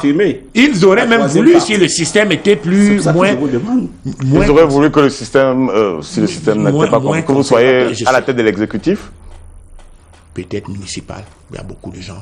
Peut-être à une autre fonction au niveau de la population, parce qu'on sait que je suis proche du peuple. On sait que j'ai un certain nombre d'idées. On sait que je suis volontariste. On sait que je suis de bonne foi. On sait que je suis proche des gens. Et en militant au RDPC, est-ce que vous ne validez pas le statu quo? Bien, vous ne contribuez pas à maintenir le statu quo par rapport à tout ce que vous dénoncez. Vous savez quoi? Je ne veux pas m'inscrire dans le même registre que certains Camerounais qui croient qu'il suffit que le président Paul Biya quitte le pouvoir pour que tout se règle. Je ne pense pas. Il faut que nous-mêmes... Vous savez, quand ceux qui sont dans le Biya Mosgo, vous parlez de... Oui, je crois que ce n'est pas là. Il faut qu'eux-mêmes, là où ils sont, montent d'abord patte blanche. Et donc vous seriez avec ceux qui pensent que Biya Mosté? Non, ça c'est un choix personnel. Est-ce que vous êtes avec moi dans l'issue? Vous pensez ceux qui pensent que Biya Mosgo? Non, je dis que non. Mais on veut savoir si vous pensez que Biya Mosgo, pour reprendre l'expression de... Vous voulez que moi je dise ici que Biya Mosgo? Vous voulez que je le dise? Vous voulez que moi, une façon, je dise que Biya Mosgo? On vous demande simplement si Biya Mosté. Mais il doit améliorer les mots que vous dénoncez dans le livre. Il doit lire mon livre. J'ai envoyé. S'il vous plaît. On a notre aîné Amnani Rabien Bindi qui doit s'installer après nous. Voilà. J'ai envoyé un exemplaire de ma thèse au chef de l'État. J'ai envoyé un exemplaire de ma thèse, de mon livre au président de la République. J'ai rencontré le Premier ministre, chef du gouvernement. Visiblement, il ne vous a pas lu. Du moins, il faut qu'il me lise. Il n'applique pas ce faut qu'il me lise. En tout cas, on a bien entendu la réponse à la question. Nous allons résumer ce qui a été dit, surtout ce qui a été dit durant le duel de cette émission. Et c'est avec Alain Gisankanga dans la synthèse.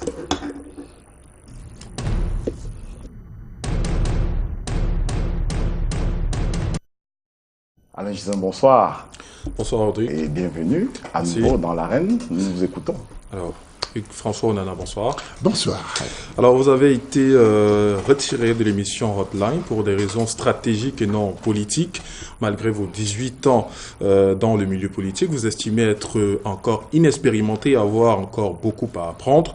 La gouvernance, c'est la bonne administration. Par contre, la bonne gouvernance est un art de gouverner où l'État n'est pas le seul acteur. Il est d'ailleurs difficile de les séparer.